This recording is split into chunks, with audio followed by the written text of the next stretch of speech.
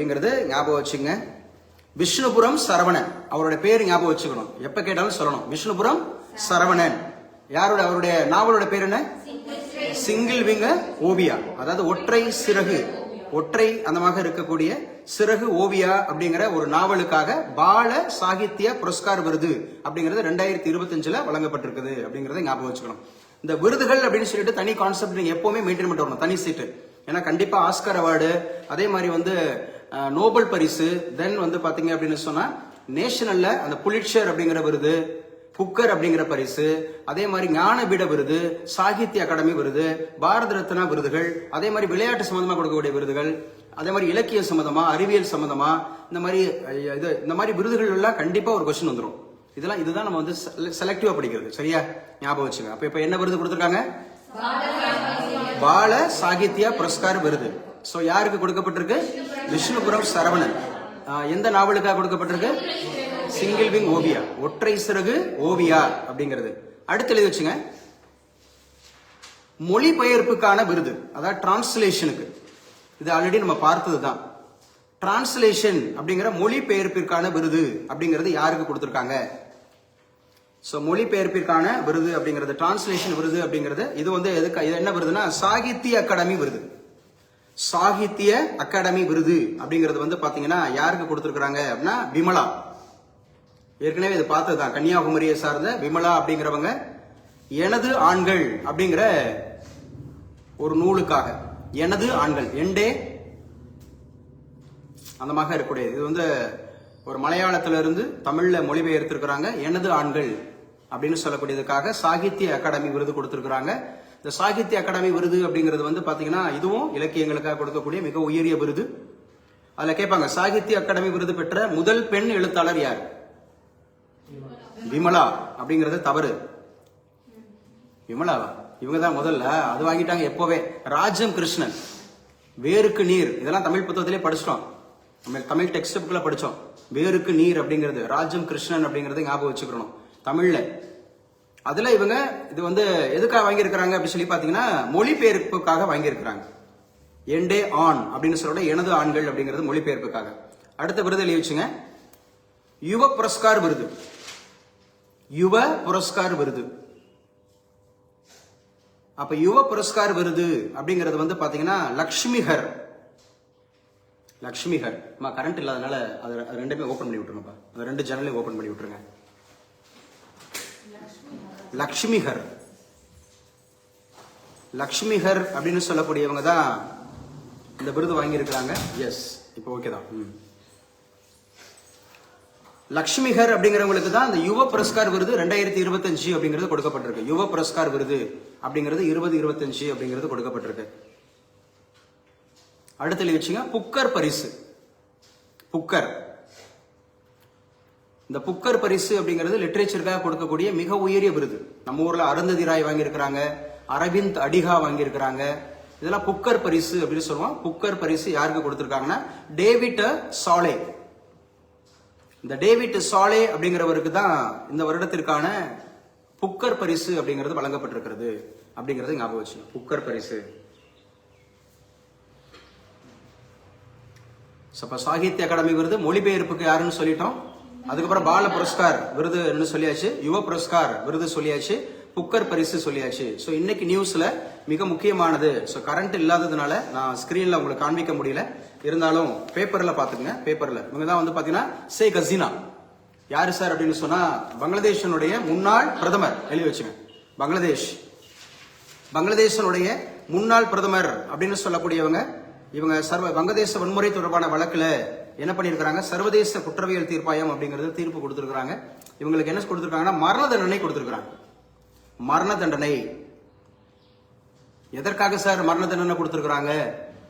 So பங்களாதேசத்துல ஏற்பட்ட ஒரு கலவரத்துல கிட்டத்தட்ட ஒரு 1400 பேர் இறந்திருக்கிறாங்க. 22,000 பேர் அப்படிங்கிறவங்க காயம் அடைஞ்சிருக்கிறாங்க. இன்ஜூர்டு. சோ யாரு சார்? 1400 so died. 1400 இறப்பு. கிட்டத்தட்ட ஒரு 22,000 22,000 பேர் அப்படிங்கிறது பாத்தீங்க அப்படின்னு சொன்னா காயம் அடைஞ்சிருக்கிறாங்க, இன்ஜூர் ஆயிருக்கிறாங்க. சோ அந்த அடிப்படையில இவங்களை என்ன பண்ணிருக்கிறாங்க சார் அப்படி சொல்லி பாத்தீங்கன்னா இவங்களை தூக்கு தண்டனை அப்படிங்கறது கொடுக்கணும் அப்படிங்கிற மாதிரி அறிவிச்சிருக்கிறாங்க. இவங்க இப்போ இந்தியாவில தான் தஞ்சமா இருக்கிறாங்க அப்படிங்கிற ஒரு விஷயம். இவங்க தான் அந்த நாட்டினுடைய முதல் பெண் அந்தமாக இருக்கக்கூடிய பிரதமர், முதல் பெண் பிரதமர் அப்படிங்கறத ஞாபகம் வச்சுக்கணும். இவங்களுடைய ஃபாதர் தான் அந்த நாட்டினுடைய ஃபாதர், அதாவது நேஷன். நம்ம ஊரோட நேஷன் அப்படின்னா காந்திஜி சொல்றோம்ல, தேசப்பிதான்னு சொல்லி. அது மாதிரி வங்கதேசத்தின் தந்தை வங்கபந்துன்னு சொல்லுவாங்க. இவங்களுடைய அப்பா தான். பேர் என்ன சார் அப்படின்னா ஷேக் முஜிபுர் ரஹ்மான். இதையுமே ஓபன் பண்ணிங்கப்பா, இந்த கதையும் ஓபன் பண்ணிங்க, அப்பதான் வெண்டிலேஷன் கிடைக்கும். ஷேக் முஜிபுர் ரஹ்மான், ஷேக் முஜிபுர் ரஹ்மான் அப்படிங்கறத ஞாபகம் வச்சுங்க. இவர் தான் வங்க பந்துன்னு சொல்லுவாங்க, the father of Bangladesh. Father of Bangladesh. ஒரு பேப்பரை எப்படி படிக்கணும் அப்படின்னு நான் சொல்லித்தரேன். இது உங்களுக்கு இது நாட் ஒன்லி கரண்ட் அஃபேர்ஸ், இது நியூஸ் பேப்பர் ரீடிங் மட்டும் கிடையாது, இது நாலேஜ் அப்டேஷன், ஜிகே அப்டேஷன். இதுதான் உங்களை பிரிலிம்ஸ்ல ஜெயிக்க வைக்கும், மெயின்ஸ்ல ஜெயிக்க வைக்கும். சரியா? பிரிலிம்ஸ்ல மெயின்ஸ்ல எல்லாத்திலையும் ஜெயிக்க வைக்கும் அப்படிங்கறத ஞாபகம் வச்சுங்க. அதை எழுதிச்சுங்க. சர்வதேச குற்றவியல் தீர்ப்பாயம், international criminal tribunal, international criminal tribunal அப்படிங்கிறது சர்வதேச குற்றவியல் தீர்ப்பாயம் இவங்களுக்கு தீர்ப்பு கொடுத்திருக்கு. இந்த வன்முறை எப்ப நடந்துச்சு அப்படின்னு கேட்டா 2024 எவ்வளவு பேர் இறந்திருக்காங்கன்னு கேட்டா 1400, 1400 பேர். எவ்வளவு பேர் இன்ஜூர் ஆயிருக்காங்கன்னா 22,000, 22,000 பேர். இவங்க எந்த கட்சியை சார்ந்தவங்க அப்படின்னு கேட்டா அவாமி லீக் கட்சி. நம்ம நேத்திக்கே சொன்னேன், அவாமி லீக் எப்பவுமே அந்த நேஷனோட லீடர் யாரு, அவர் எந்த கட்சியை சார்ந்தவர், எந்த நாட்டை சார்ந்தவர், எதனால இந்த குற்றங்கள், இதெல்லாம் கேட்பாங்க. இதுக்கு முன்னாடி நிறைய பேர் இதே மாதிரி மரண தண்டனை, சதாம் ஹுசேன் எல்லாம் கேள்விப்பட்டிருப்பீங்க, பூட்டோ பாகிஸ்தான்ல பூட்டோ கேள்விப்பட்டிருப்பீங்க. சரியா? இவங்க எல்லாமே முக்கியமான குற்றவாளிகளாக, சர்வதேச குற்றவாளிகளாக அறிவிக்கப்பட்டு தூக்கு தண்டனை, மரண தண்டனை நிறைவேற்றப்பட்டவர்கள் அப்படிங்கறத ஞாபகம் வச்சுக்கணும். It is also very very important news அப்படிங்கறத ஞாபகம் வச்சுங்க. எது சார் முக்கியமானது அப்படிங்கிறது. சரியா? அடுத்து எழுதி வச்சுங்க, தமிழ்நாட்டுல விளையாட்டு நகரம், தமிழ்நாட்டுல விளையாட்டு நகரம், இந்த ஸ்போர்ட்ஸ் சிட்டி எங்க சார் அமைய இருக்குது? நம்ம தமிழ்நாட்டுல ஸ்போர்ட்ஸ் சிட்டி அப்படிங்கிறது எங்க இது அமைய இருக்குன்னா செம்மஞ்சேரி.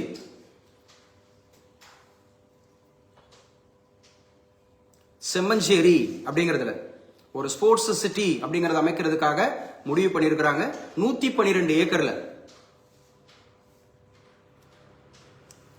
தமிழ்நாட்டுல செம்மஞ்சேரியில 112 ஏக்கர்ல 261 கோடியில 261 crore 261 crore 261 crore. சும்மா ஷார்ட்டா நோட்ஸ் எடுத்துங்க. இதெல்லாம் அப்கமிங் எக்ஸாம்ஸ் எல்லா போட்டித் தேர்வுகளுக்கும் ரொம்ப முக்கியமானது. அப்ப தமிழ்நாட்டுல ஸ்போர்ட்ஸ் சிட்டி அப்படிங்கிறது எந்த ஊர்ல? செம்மஞ்சேரி அப்படிங்கிற ஊர்ல. எத்தனை கோடியில? 261, 261 கோடியில, 261 கோடியில. எவ்வளவு ஏக்கர்ல? 112 ஏக்கர்ல அமைகிறது அப்படின்னு சொல்லிட்டு தமிழக அரசு என்ன பண்ணிருக்காங்க? அடிக்கல் நாட்டி இருக்கிறாங்க. It is also very very important அப்படிங்கிறது. யாருங்க இப்போ உச்சநீதிமன்ற தலைமை நீதிபதி? B.R. கவாய். இவர் தான் chief justice of India, CJI, chief justice of India. 52வது. இப்ப புதுசா தேர்ந்தெடுக்கப்பட்டிருக்கவர் 53வது. 53வது யாரு? சூரியகாந்த் அப்படிங்கறத ஞாபகம் வச்சுக்கணும். இதோட ஆடியோ வீடியோ கிளியரா இருக்கு. ஃபேஸ்புக்லயும் இருக்கு, யூடியூப்லயும் இருக்கு. ஒன்ஸ் நீங்க திரும்ப உங்களுக்கு டைம் கிடைக்கிறப்ப பாத்துக்கணும். அப்ப 52 யாருப்பா? B.R. கவாய். 53 யாருப்பா? சூரியகாந்த் அப்படிங்கிறது. கூடுதல் அடிஷனல் கேட்கறவங்க மட்டும் பேச சொல்லுங்க. அடிஷனல். சரியா? சக்தி இருக்கியாமா ஆன்லைன்ல? சக்தி சரண்யா இல்ல யாரு? SR சொல்றது யாரு? Sakthi SR or Saranya XR? SR அப்படின்றது யாரு? சரண்யா சொல்லுமா. உச்ச நீதிமன்றம் அப்படின்னு சொல்லக்கூடிய நீதிபதிகளை தேர்ந்தெடுக்கிறவங்க யாரு? கொலிஜியம் அப்படிங்கிறவங்க ரெக்கமெண்ட் தான் பண்ணுவாங்க, தேர்ந்தெடுக்க மாட்டாங்க. கொலிஜியம்ன்றவங்க ரெக்கமெண்ட் பண்ணுவாங்க. 1993 கொலிஜியம் அப்படிங்கிறது ரெக்கமெண்டேஷன். தேர்ந்தெடுக்கிறது பிரசிடென்ட் ஆஃப் இந்தியா தான். தேர்ந்தெடுக்கிறது யாரு? பிரசிடென்ட் ஆஃப் இந்தியா தான். இவர் தானே தேர்ந்தெடுத்தாரு. பிரசிடென்ட் ஆஃப் இந்தியா அப்படிங்கறத அவங்க தான் தேர்ந்தெடுப்பாங்க. அவங்க தான் பதவி பிரமாணம் செய்ய வைப்பாங்க. பதவி நீக்கிறது அப்படிங்கிறது பாத்தீங்கன்னா இம்பீச்மெண்ட். அது பார்லிமெண்ட் ஸ்பெஷல் ரெசல்யூஷன் இந்த மாதிரி கொடுக்கணும் வைக்கணும் அப்படின்னு சொல்லுவாங்க. இதெல்லாம் முக்கியமானது. இன்னைக்கு உண்டான பேப்பர்ல எழுதி வச்சுக்க. சைல்டு லைன், இது அடிக்கடி கேட்கிற அந்த கொஸ்டின். அதாவது குழந்தை பாதுகாப்ப என்ன, குழந்தைகளுக்கு ஏதாவது தீங்கு ஏற்படுதுன்னா சைல்டு லைன் அப்படிங்கிறது help line, toll free number. So day நைட்டா 1098. இதெல்லாம் இந்த ப்ரிலிம்ஸ்ல மெயின்ஸ்ல இன்டர்வியூல குழந்தைகளுக்கு எதிரான நடவடிக்கைகள், அந்த குழந்தைகளுக்கு எதிரான அந்த மாதிரி பாதுகாப்பு நடவடிக்கைகள் என்ன சார் இருக்கு அப்படின்னா 1098. இதெல்லாம் முக்கியமானது அப்படிங்கறத ஞாபகம் வச்சுங்க. 1098 அப்படிங்கிறது வந்து பாத்தீங்கன்னா எத்தனை தோழி விடுதிகள் அப்படிங்கறது ஆரம்பிச்சாங்க சொல்லி பார்த்தோம். 12 பார்த்தோம்ல. தோழி விடுதிகள் அப்படிங்கிறது 12 அப்படிங்கறது பார்த்தோம். எழுதி வச்சுங்க. சில முக்கியமான நம்பர். குழந்தை பாதுகாப்பு என்ன சொன்னேன்? 1098 1098 அப்படிங்கிறது 1098. பெண்கள் பாதுகாப்பு, விமன் சேஃப்டி. சோ பெண்கள் பாதுகாப்பு அப்படிங்கிறதுக்கு 1091. பெண்கள் பாதுகாப்புக்கு 1091 அப்படிங்கிறது ஞாபகம் வச்சுங்க. பெண்கள் பாதுகாப்புக்கு 1091. அடுத்து சைபர் கிரைம், சைபர் கிரைம். இது வந்து 1930 1930. சைபர் கிரைம் அப்படின்னாவே 1930. எங்க கைல்வெளி அசோசியேட் பண்ண முடியுமா இந்தியன் நேஷனல் மூவ்மெண்ட்ல? 1930. ஃபர்ஸ்ட் ரவுண்ட் டேபிள் கான்ஃபரன்ஸ் நடந்தது 1930 தான். தண்டி மார்ச் நடந்தது 1930 தான். அதே மாதிரி சிவில் டிசோபீடியன்ட் மூவ்மெண்ட் 1930 தான். வேர்ல்டு எக்கனாமிக் கிரைசிஸ் நடந்தது 1930 தான். The first FIFA world cup நடந்தது 1930 தான். இப்படிதான் நீங்க அசோசியேட் பண்ணி படிக்கணும். 1930 சொன்னோம் இல்லையா? சிவில் டிசோபீடியன்ட் மூவ்மெண்ட் இது ஐஎன்எம், அதாவது வந்து பாத்தீங்க அப்படின்னு சொன்னா ஒத்துழையாமை இயக்கம். அதே போல ஃபர்ஸ்ட் ரவுண்ட் டேபிள் கான்ஃபரன்ஸ், முதல் வட்டமேசை மாநாடு நடந்தது 1930 தான். அதே போல வேர்ல்டு எக்கனாமிக் கிரைசிஸ், எக்கனாமிக்ஸ்ல நமக்கு உங்களுக்கு வரும் காமர்ஸ் அண்ட் எக்கனாமிக்ஸ்ல வேர்ல்டு எக்கனாமிக் கிரைசிஸ், உலக பொருளாதார மந்தம் 1930 தான். அதே போல ஜியோகிராஃபில கிளைடே டம்பக் அப்படிங்கிறவர் புளூட்டோ கண்டுபிடிச்சது 1930 தான். புளூட்டோ, கிளைடே டம்பக்.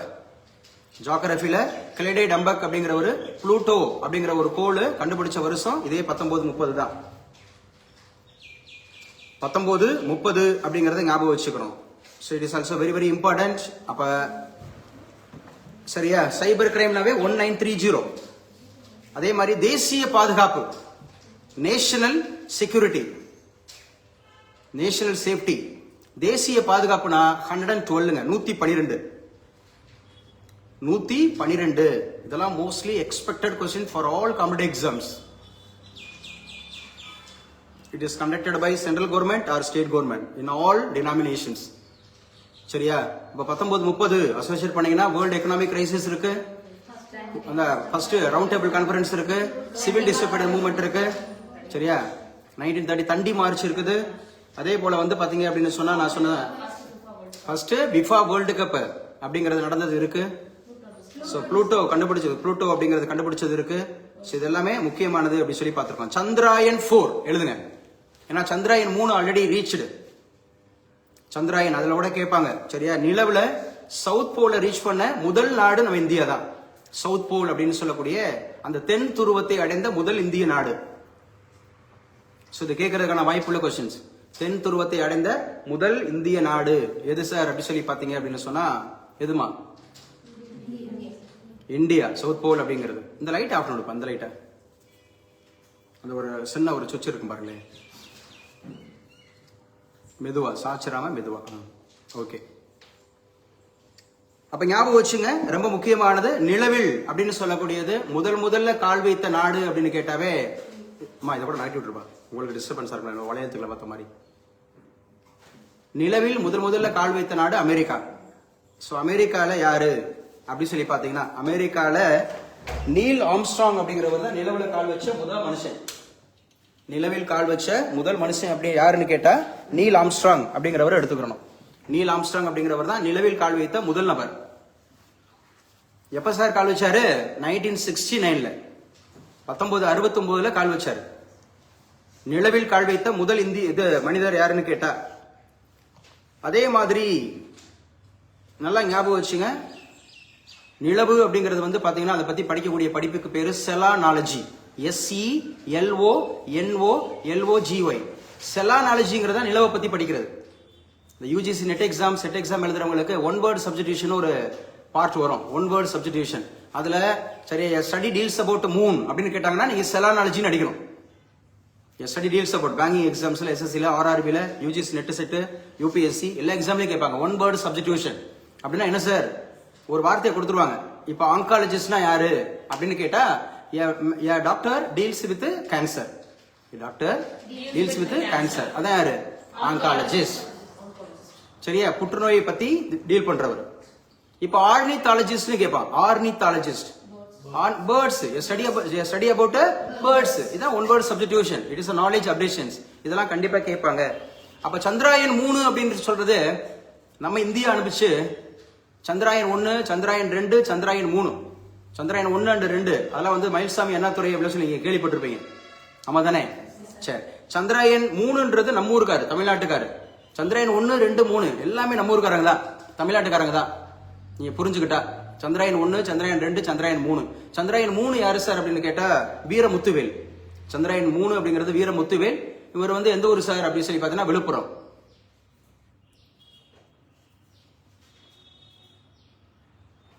விழுப்புரம். இப்ப சந்திராயன் 4 அப்படிங்கிற ஒரு திட்டம், இதை 2028க்குள்ள செயல்படுத்தணும்னு சொல்லி இஸ்ரோ இலக்கு பண்ணிருக்காங்க. 2028க்குள்ள இதோட டார்கெட் வந்து 2028. இந்த தகவலை யார் சார் சொல்லியிருக்கிறாங்க? வி நாராயணன். இவர் தான் இஸ்ரோவோட தற்போதைய சேர்மன். இஸ்ரோவோட தற்போதைய சேர்மன் யாருன்னு கேட்பாங்க. இஸ்ரோவோட தற்போதைய chairman V Narayanan. He is from Tamil Nadu, he is from Kanyakumari. இஸ்ரோவோட சேர்மனா இருக்கிறதும் நம்ம தமிழ்நாட்டை சார்ந்தவங்க தான். கன்னியாகுமரி அப்படிங்கிற நம்ம மாவட்டம் அப்படிங்கிறது. ஆனா கன்னியாகுமரி மாவட்டத்தில் ஒரு சிறப்பு சொன்னேன், என்னது? அதோட கேபிட்டல் சிட்டி நாகர்கோவில். அதே மாதிரி நீலகிரியோட கேபிட்டல் சிட்டி என்னப்பா? உதகை அப்படிங்கிறது, ஊட்டி அப்படிங்கறது ஞாபகம் வச்சுக்கணும். அப்படியே இருக்கணும், எடுத்து வைங்க. அப்ப சந்திராயன் 4 அப்படிங்கறது ஞாபகம் வச்சுங்க. சந்திராயன் 4 அப்படிங்கிறது 2028க்குள்ள. அதே மாதிரி ககன்யான், இது ஒரு திட்டத்தை பத்தி கேட்பாங்க. ககன்யான் ப்ராஜெக்ட். இந்த ககன்யான் அப்படிங்கிற ப்ராஜெக்ட் வந்து என்ன சார் முக்கியமானது அப்படிங்கறது ஞாபகம் வச்சுங்க. ககன்யான் திட்டம் அப்படிங்கிறது வந்து விண்வெளிக்கு ஆட்களை அனுப்புறது, மென். சரியா? இது பெண்கள், சாரி நபர்களை அனுப்புறது. ககன்யான் திட்டம் அப்படிங்கிறது வந்து நபர்களை அனுப்புறது. சோ நபர்களை எங்க சார் அனுப்புறது? விண்வெளிக்கு அனுப்புறது, ஸ்பேஸுக்கு அனுப்புற திட்டம் தான் ககன்யான் திட்டம். அப்ப யாருங்க சந்திராயன் அப்படிங்கிற ஒரு திட்டத்தினுடைய தலைவர் யாரு? இல்ல சந்திராயன் இல்ல, இஸ்ரோட சேர்மன் யாருன்னு கேக்குறேன். நல்லா பேசுங்க. வி நாராயணன். இஸ்ரோட சேர்மன் யாரு? வி நாராயணன் அப்படிங்கறது ஞாபகம் வச்சுங்க. சோ நேற்றுக்கு நவம்பர் 17 அப்படிங்கிறது வந்து வேர்ல்டு ஸ்டூடெண்ட்ஸ் டே இருக்கு. சரியா? அதெல்லாம் முக்கியமானது. வேர்ல்டு ஸ்டூடெண்ட்ஸ் டே அப்படிங்கறது ஞாபகம் வச்சுங்க. சோ என்னென்ன முக்கியமானது கொடுத்திருக்காங்க, இன்னைக்கு பேப்பர்ல நடந்திருக்கக்கூடிய முக்கியமான விஷயங்களை மட்டும் நம்ம பார்த்துட்டு போவோம். அப்ப ஷேக் ஹசீனா எந்த ஊர்ப்பா? பங்களாதேஷ். நல்லா பேசுங்க. பங்களாதேஷ். பங்களாதேஷ் அப்படிங்கிறது எந்த வருஷம் சுதந்திரம் வாங்குச்சு தெரியுமா? 1971. 1971. யார்கிட்ட இருந்து சுதந்திரம் வாங்குச்சு? பாகிஸ்தான். யார்கிட்ட இருந்து சுதந்திரம் வாங்குச்சு? பாகிஸ்தான் அப்படிங்கிறது. நம்ம இந்தியாவோட அதிகமாக எல்லைகளை கொண்டிருக்கக்கூடிய நாடு இது பங்களாதேஷ். பங்களாதேஷ் அப்படிங்கறது ஞாபகம் வச்சுக்கணும். அப்ப குறைவான எல்லைகளை கொண்டிருக்க நாடு இது ஆப்கானிஸ்தான். இதெல்லாம் இன் ஜெனரல். அடுத்து எழுதி வச்சுங்க, பேப்பர் எப்படி படிக்கணும்னு சொல்லி தரேன். மேகதாது அப்படிங்கிற ஒரு டேம் ஆல்ரெடி பேசியிருக்கோம். மேகதாது அப்படிங்கிற டேம் வந்து எந்த இரு மாநிலங்களுக்கு கிடையாது? கர்நாடகா அண்டு தமிழ்நாடு. கர்நாடகா அண்டு தமிழ்நாடு அப்படிங்கறத ஞாபகம் வச்சுக்கணும். மேகதாது அப்படிங்கிறது வந்து கர்நாடகா அண்டு தமிழ்நாடு. இது கேட்பாங்க. என்ன பண்றாங்க சார்? அவங்க சீதாராமையா அப்படின்னு சொல்லக்கூடிய கர்நாடகாவோட முதலமைச்சர், சீதாராமையான்னு சொல்லக்கூடிய கர்நாடகாவோட முதலமைச்சர் என்ன பண்றாராம்? பிரதமரை சந்திக்கிறாராம். பிரதமரை சந்திக்கிறாரு அப்படிங்கறத ஞாபகம் வச்சுக்கணும். மேகதாது அணை எந்த இரு மாநிலங்களுக்கிடையான வாட்டர் அந்த மாதிரி இருக்கக்கூடிய ப்ராப்ளம்ஸ் அப்படின்னு கேட்டா தமிழ்நாடு அண்டு கர்நாடகா. ரைட்.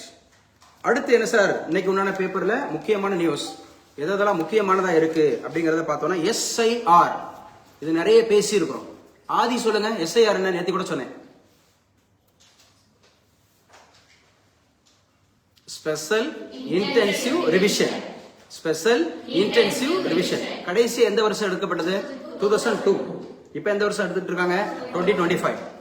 2025 அப்படிங்கிறது SIR பணி புறக்கணிப்பு வருவாய்த்துறை கூட்டமைப்பு. ஸோ இதெல்லாம் சொல்லியிருக்கிறாங்க. ஸோ நேற்றுக்கு சவுதி அரேபியாவில் ஒரு விபத்து நடந்திருக்கு. அதுல புனித யாத்திரை போனவங்க 42 பேர் உயிரிழந்திருக்கிறாங்க, இந்தியர்கள். ஸோ இதுக்கு வந்து தலைவர்கள் இரங்கல் கொடுத்திருக்கிறாங்க. இஸ்லாமியர்களின் புனித நகரமான எழுதி வச்சுங்க, சவுதி அரேபியாவோட மதீனா. இதான் இஸ்லாமியர்களுடைய மிக முக்கியமாக புனித நகரம் அப்படிங்கறத ஞாபகம் வச்சுக்கணும். சோ நேற்றைய நிலவரப்படி 42 இந்தியர்கள் உயிரிழந்திருக்கிறாங்க. நேற்றைய நிலவரப்படி. ஏன்னா அந்த பேப்பர் வந்து 2 o'clockலாம் பிரிண்ட் ஆயிருக்கும். ஸோ இன்னைக்கு நம்ம அப்டேட் பண்ணிக்கணும். சவுதி அரேபியாவோட அந்த புனித நகரம் அப்படின்னு சொல்லக்கூடியது மதீனா. அந்த மதீனால தான் வந்து பாத்தீங்க அப்படின்னு சொன்னா நேத்திக்கு அதிகாலையில புனித யாத்ரீகர்கள் சென்ற பேருந்து மீது எண்ணெய் டேங்கர் லாரி மோதி ஸோ இந்தியர்கள் மட்டும் கிட்டத்தட்ட 42 பேருக்கு மேல உயிரிழந்திருக்கிறாங்க. ஸோ இது வந்து பாத்தீங்க அப்படின்னு சொன்னா இன்னைக்கு முதல் பக்க செய்தியில கொடுத்திருக்காங்க. இந்த நியூஸ் அப்படிங்கிறது முதல் பக்க செய்தி. ஒட்டுமொத்த நியூஸையும் பாத்துறணும். அதுல நமக்கு தேவையான போட்டித் தேர்வுகளுக்கு தேவையானதை சப்ஜெக்ட் வைஸா நீங்க வந்து என்ன பண்ணிக்கணும், ரீகால் பண்ணிக்கணும். சப்ஜெக்ட் வைஸா. அடுத்து என்ன சார் முக்கியமானது அப்படின்னு சொல்லக்கூடியது, செங்கோட்டையன் அப்படின்னு சொல்லக்கூடிய தற்போது எந்த கட்சியிலிருந்து நீக்கப்பட்டாரு? அஇஅதிமுக. என்னங்க, அஇஅதிமுக அப்படிங்கறது வந்து அவர் நீக்கப்பட்டார் அப்படிங்கறத ஞாபகம் வச்சுங்க. ஏஐ அப்படிங்கிற மாநாடு கடைசி எங்க நடந்துச்சு? ஏஐ மாநாடு கடைசி எங்க நடந்துச்சு அப்படின்னு கேட்டா பிரான்ஸ்ல நடந்துச்சு. பிரான்ஸ். அடுத்து நடக்க போறது நம்ம இந்தியால. ஏஐனா என்னது? Artificial intelligence. சொல்லுங்க, ஆர்டிபிஷியல் இன்டெலிஜென்ஸ். அடுத்து வச்சுங்க, விதைகள் சட்டம் அப்படிங்கிறது இருக்கு. சீட் ஆக்ட், விதைகள் சட்டம் 2025. அதை பத்தி நீங்க ஒரு கட்டுரை எழுதியிருக்கிறாங்க. சோ மெயின்ஸுக்கு ப்ரிப்பேர் ஆகிறவங்க கொஞ்சம் நல்லா படிச்சுங்க.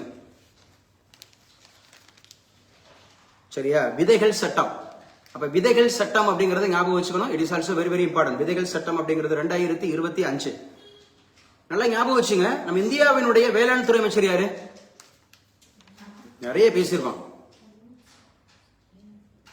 இந்தியாவினுடைய வேளாண் துறை அமைச்சர் முன்னாள் ஒரு மாநிலத்தினுடைய முதலமைச்சராக இருந்திருக்கிறார். மனோகர்லால் கட்டார் கிடையாது. அவர் கட்டாரோட முதலமைச்சர். கட்டார் அப்படிங்கிறவர் வந்து ஹரியானாவோட முதலமைச்சராக இருந்தார். அவர் பேருக்கு பின்னாடி கூட சௌஹான் வரும். சிவராஜ் சௌஹான். சிவராஜ் சௌஹான் அப்படிங்கிறவர் தான் இந்தியாவினுடைய வேளாண் துறை அமைச்சர். தமிழகத்துக்கு யாருன்னு சொல்லி பார்த்தோம். எம்ஆர்கே பன்னீர்செல்வம். இதெல்லாம் எத்தனை முறை சொல்லியிருக்கேன் கிளாஸுக்குள்ள. திரும்ப திரும்ப சொல்லிட்டே இருக்கேன். மறந்துட்டே இருக்கீங்க. திரும்ப சொல்லிட்டே இருக்கிறேன். மறந்துட்டே இருக்கிறீங்க. சமீபத்தில் எந்த மாநிலத்தில் தேர்தல் நடந்து முடிஞ்சிச்சு? பீகார். எத்தனை தொகுதிகள் நடந்து முடிஞ்சு? 243 தொகுதிகளில் மீண்டும் ஆட்சியை பிடிச்சிருக்கிறது யாரு? பாஜக. என்டிஏ. யாரு? என்டிஏ. அந்த என்டிஏல ஆட்சி அமைக்க போறது யாரு அப்படின்னு கேட்டா பிஜேபி இல்ல,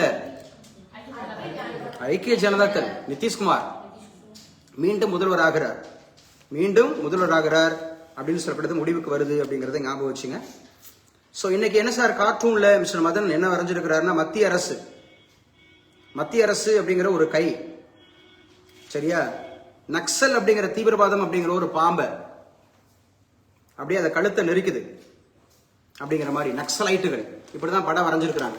எப்பவுமே ஒரு இன்டர்வியூக்கு போகும்போது நீங்க என்ன பண்ணணும்னா அந்த கார்ட்டூனு, இந்த தலையங்கம், அதே மாதிரி ஃபர்ஸ்ட் பேஜ், இதுல எல்லாம் ரொம்ப கவனம் செலுத்திட்டு போகணும். சரியா? பேப்பர் படிக்கிறது ரொம்ப முக்கியம். அவங்க டிஸ்ட்ரிக்ட் ப்ரொஃபைல் படிச்சிருக்கிறது ரொம்ப முக்கியம். சரியா? இதெல்லாம் படிச்சுட்டு போகணும். இதுல என்ன சொல்லியிருக்காங்கன்னா நக்சலைட்டுகள் அப்படின்னு சொல்லக்கூடியது பெரும்பாலும் மத்திய பிரதேசத்துல, சத்தீஸ்கர்ல, இந்த மாநிலங்கள் தான் அதிகமா இருக்கிறாங்க. இப்போ நிறைய வந்து நக்சலைட்டுகளுக்கு எதிரான நடவடிக்கைகள் ஏற்படுறதுனால அவங்க எல்லாமே வந்து பாத்தீங்கன்னா சரண்டர் ஆயிட்டு இருக்காங்க. அப்ப அதுலதான் வரைஞ்சிருக்கிறாரு, சத்தீஸ்கரில் நக்சலைட்டுகள் சுட்டு கொலை. அடுத்து முக்கியமானது 16th ஃபினான்ஸ் கமிஷன். இது both economics, commerce, management, even நம்ம UPSC, TNPSC, bank, SSC, RRB exam படிக்கக்கூடியவங்களுக்கு ரொம்ப முக்கியமானது 16வது நிதிக்குழு. 16th finance commission, 16வது நிதிக்குழு. அவங்க என்ன பண்ணிருக்காங்க, தங்களுடைய ரிப்போர்ட் வந்து சப்மிட் பண்ணிருக்காங்க. யார்கிட்ட சார் சப்மிட் பண்ணுவாங்க? President of India. அவங்க யார்கிட்ட அப்படின்னு பண்ணுவாங்கன்னா பிரசிடென்ட் ஆஃப் இந்தியா தான் பண்ணுவாங்க.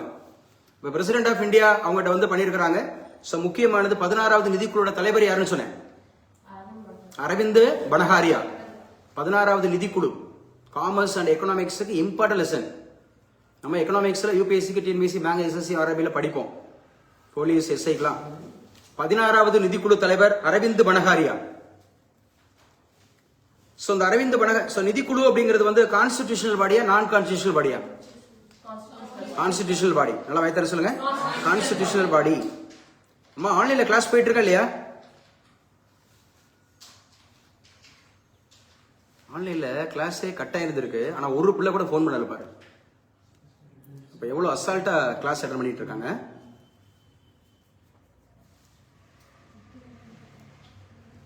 பேசுங்க. ஃபினான்ஸ் கமிஷன் அப்படிங்கிறது வந்து கான்ஸ்டிடியூஷனல் பாடியா நான் கான்ஸ்டிடியூஷனல் பாடியா? நல்லா பேசுங்க. கான்ஸ்டிடியூஷனல் பாடி.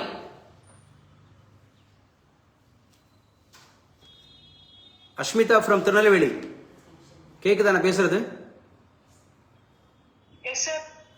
எப்ப கிளாஸ் கட் ஆச்சு கடைசியா?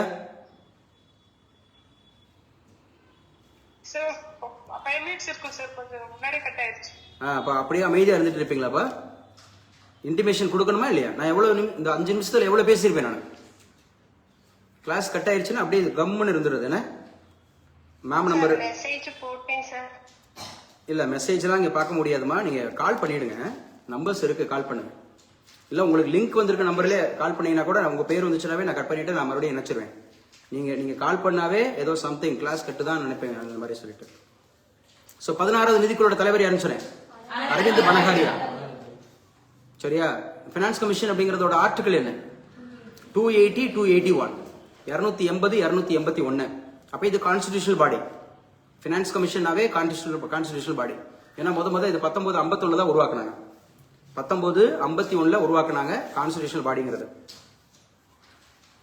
1951 உருவாக்குனாங்க. முதல்ல கேசி நியோகி இருப்பாரு, நம்ம பார்த்திருக்கோம். இப்ப ஃபர்ஸ்ட் யாரு? கேசி நியோகி. இதெல்லாம் நம்ம எக்கனாமிக்ஸ் கிளாஸ் நடத்தும் போது மெட்டீரியல் படிப்போம். இப்ப 16 யாரு? அரவிந்த் பனகாரியா. அவங்க ரிப்போர்ட்டை யார்கிட்ட சப்மிட் பண்ணிருக்காங்க? பிரசிடென்ட் ஆஃப் இந்தியா அப்படிங்கறத ஞாபகம் வச்சுங்க.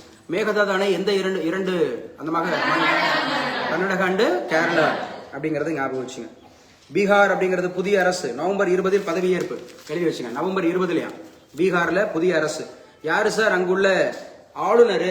Arif Mohammed, governor of the Bihar. Governor of Bihar, the Bihar சொல்லப்படாது. கவர்னர் ஆஃப் பீகார் அப்படின்றது ஆரிஃப் முகமது. அடுத்த முதலமைச்சராக தேர்ந்தெடுக்கப்படுவது யாரு? நிதிஷ்குமார். நிதிஷ்குமார் எந்த கட்சி? ஐக்கிய ஜனதா தள். நல்லா பேசுங்க. ஐக்கிய ஜனதா தள். ஐக்கிய ஜனதா தள் அப்படிங்கிறது தான் முக்கியமானது அப்படிங்கறத ஞாபகம் வச்சுக்கணும். இந்த டெல்லி கார் வெடிப்பு அப்படிங்கிறது நடந்துச்சுல, அது எந்த ஊர்ல நடந்துச்சு? செங்கோட்டை. செங்கோட்டையை கட்டியது யார்? ஷாஜஹான் அப்படிங்கறது ஞாபகம் வச்சுக்கணும். செங்கோட்டையில கொடியேற்றுறவர் யார்? Prime minister of India. Prime minister of India. என்னைக்கு கொடியேற்றுவாரு? ஆகஸ்ட் 15. அப்ப ஜனவரி 26 கொடியேற்றுறவர் யாரு? President of India. President of India அப்படிங்கறது ஞாபகம் வச்சுங்க. இந்த பெலகாவி அப்படிங்கிற ஒரு பயாலஜிக்கல் பார்க் இருக்கு பெலகாவி, கர்நாடகா மாநிலத்துல. அங்க மான்கள் இறந்துருக்குதான். மானு அப்படிங்கிறது இறந்துருக்கு அப்படின்னு சொல்றாங்க. ஸோ இதெல்லாம் சும்மா அந்த முக்கியமா இந்த பேர்ட் செஞ்சுரிஸ், வைல்ட் லைஃப், இதெல்லாம் முக்கியமா கொஸ்டின்ஸ்ல கேட்டுருவாங்க. என்னென்ன முக்கியமானது அப்படிங்கறது ஞாபகம் வச்சுங்க. ஸோ இன்னைக்கு இன்னொன்று கரண்ட் அஃபேர்ஸ்ல இது எல்லாமே முக்கியம், எழுதி வச்சுங்கப்பா. ATP final. ஏடிபி அப்படிங்கிறது வந்து பாத்தீங்க அப்படின்னு சொன்னா அது வந்து டென்னிஸ் போட்டி. ஏடிபி ஃபைனல்ஸ் ஆடவர் டென்னிஸ் போட்டி. ஏடிபி அதுல வந்து பாத்தீங்கன்னா மென் அப்படிங்கிற டென்னிஸ்ல இத்தாலியோட யானிக் சின்னர் அப்படிங்கிறவர் சாம்பியன் கோப்பையை கைப்பற்றி இருக்கிறார். He has own champion. சரியா? எந்த ஊருக்காரு? இத்தாலி. இத்தாலியோட கேபிட்டல் சிட்டி ரோம். 7 குன்றுகளின் நகரம் ரோம். ஏடிபி ஃபைனல்ஸ்ல Jannik Sinner, he is from Italy. யார் சார் வெற்றி பெற்றிருக்காரு? அல்கராஸ். இவர் ஸ்பெயின் நாட்டுக்கார். கார்லோஸ் அல்காரஸ் தான் வெற்றி பெற்றிருக்கிறார். இவர் ஸ்பெயின் நாட்டை சேர்ந்தவர். ஸ்பெயினோட கேபிட்டல் சிட்டி எது? மேட்ரிட். சரியா? மேட்ரிட். ஸ்பெயினோட கேபிட்டல் சிட்டி மேட்ரிட். சோ இந்த இந்த ஸ்டாட்டிக் ஜிகே கேட்பாங்க. என்டிபிசி ரயில்வே எக்ஸாம்ஸ்ல, பேங்க் எக்ஸாம்ஸ்ல எல்லாம் ஸ்டாட்டிக் ஜிகேவா கேட்பாங்க. அதுல கேபிட்டல் சிட்டி, அவங்களுடைய கரன்சி, அவங்களுடைய பார்லிமெண்ட், அவங்களுடைய முக்கியமான இந்த பிரசிடென்ட், பிரைம் மினிஸ்டர், அவங்களுடைய சின்னம், இந்த மாதிரிலாம் கேட்டுருவாங்க. சரியா? என்டிபிசி எக்ஸாம்ஸ்ல இந்த மாதிரி நீங்க எதிர்பார்க்கலாம். அப்ப ஏடிபி ஃபைனல்ஸ்ல சாம்பியன் பட்டத்தை வென்றவர் யார்? நல்லா பேசுங்க. யானிக் சின்னர் எந்த நாடு? இத்தாலி. இத்தாலியோட கேபிட்டல் சிட்டி ரோம். 7 குன்றுகளின் நகரம் ரோம். அப்படிங்கறத ஞாபகம் வச்சுக்கணும். சோ பயங்கரவாதத்துக்கு உதவுவோரும் பயங்கரவாதிகளாக கருதப்படுவார். ராணுவ தலைமை தளபதி யாருங்க? நமக்கு ராணுவ தலைமை தளபதி. ராணுவ தலைமை தளபதிங்கிறது அனில் சௌகானா. அனில் சௌகான்றது முப்படை தளபதி, முப்படைக்கு தளபதி தான். ராணுவ தளபதி எழுதி வச்சுங்க. சோ உபேந்திர துவிவேதி, உபேந்திர துவிவேதி, உபேந்திர துவிவேதி அப்படிங்கிறவர் தான் இப்ப இருக்கக்கூடிய ஜெனரல். ராணுவத்துக்கு ஹையஸ்ட் போஸ்ட்னாவே ஜெனரல் எடுத்துக்கணும். ஹையஸ்ட் போஸ்ட் வந்து ஜெனரல் அப்படிங்கறத எடுத்துக்கணும். சோ உபேந்திர திவிவேதி, உபேந்திர திவிவேதி அப்படிங்கிறவங்க இருக்கிறாங்க. சதாம் ஹுசேன் எந்த நாட்டில் அவரை தூக்கில போட்டாங்கன்னு சொன்னோம்? Saddam Hussein Iraq. அதே மாதிரி முசோலினி, இவர் எந்த ஊர் சார் அப்படின்னு கேட்டா இட்டாலி. இட்டாலி, இவரையும் மரண தண்டனை விதிச்சாங்க. அதே மாதிரி 14ஆம் லூயி, இவர் பிரான்ஸ்ல, இவரையும் மரண தண்டனை. இவங்கெல்லாம் எங்க சார்? இவங்கெல்லாம் அரசர்களாக இருந்தவங்க, மன்னர்களாக இருந்தவங்க, மிகப்பெரிய தலைவர்களாக இருந்தவங்க. இவங்கெல்லாம் தூக்கில போட்டாங்க. 14ஆம் லூயி எந்த ஊருன்னு சொன்னேன்? பிரான்ஸ். பிரெஞ்சு போர் நடந்த போது இவர் தான் இருந்தார். பிரெஞ்சு புரட்சி நேத்து கூட பார்த்தோம்ல. பிரெஞ்சு புரட்சியில இருந்து நம்ம என்ன எடுத்தோம்? 3 வார்த்தை எடுத்தோம்ல. Liberty, equality, fraternity. Liberty, equality, fraternity. French புரட்சி எப்ப நடைபெற்றுச்சு? 1789. 1789. சோ 14ஆம் லூயி, 16ஆம் லூயி வந்து தூக்கிடப்பட்டிருக்காரு. முதலாம் சார்லஸ் பிரிட்டன் நாட்டுல. இவங்க எல்லாமே தூக்கில் போடப்பட்டிருக்காங்க அப்படின்னு சொல்லிட்டு.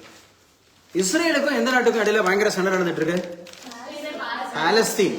இஸ்ரேலுக்கும் பாலஸ்தீனுக்கும், ரஷ்யாவுக்கும் உக்ரைனுக்கும். இப்ப எந்த நாடு அப்படிங்கிறது வந்து பயங்கரமான வாட்டர் ஸ்கார்சிட்டில இருக்கு, தண்ணீர் பற்றாக்குறை. டெக்ரான், ஈரான்ல டெக்ரான். ஈரான்ல டெக்ரான் அப்படின்னு சொல்லக்கூடிய ஒரு ஊர், 1 கோடி மக்கள் இருக்காங்களா அந்த பட்டணத்துல மட்டும். குடிக்கிறதுக்கு தண்ணியே இல்லையா. சோ நாளை நம்முடைய பாரத பிரதமர் மோடி அவர்கள் கோயம்புத்தூர் வருகை. கோயம்புத்தூர்ல வைஸ் பிரசிடென்ட் ஒரு ஊரா? இந்தியாவோட வைஸ் பிரசிடென்ட் ஊர் எது? கோயம்புத்தூர். யார் வைஸ் பிரசிடென்ட்? இந்தியாவோட வைஸ் பிரசிடென்ட் சிபி ராதாகிருஷ்ணன். அவர் ஊருக்கு தான் வராரு, நாளை வருகிறார். எதுக்கு சார்? இயற்கை வேளாண்மை மாநாடு, நேச்சுரல் அக்ரிகல்ச்சரல் கான்ஃபரன்ஸ். நேச்சுரல் அப்படிங்கிறது இயற்கை, ஆர் ஆர்கானிக். ஆர்கானிக் அப்படிங்கறத ஞாபகம் வச்சுங்க. சோ ரொம்ப முக்கியமானது இன்னைக்கு உண்டான கரண்ட் அஃபேர்ஸ்ல.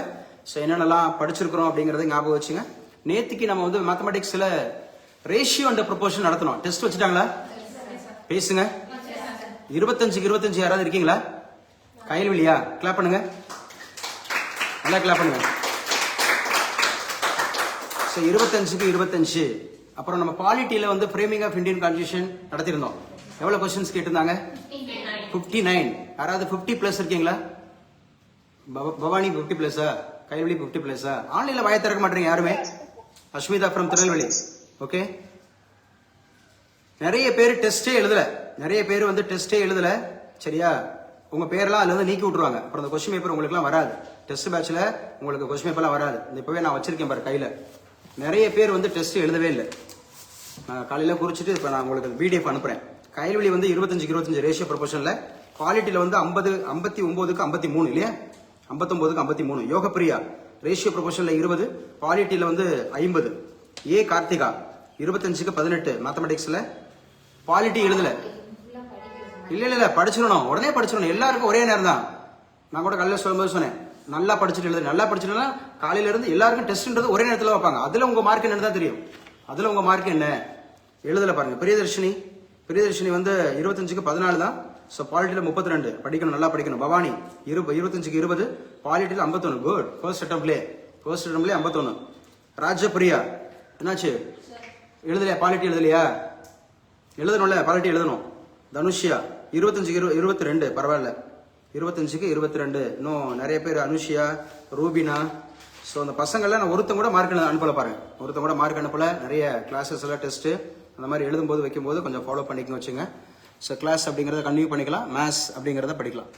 ஸோ மேத்ஸில் இப்போ நம்ம படிக்க போகிறோம்.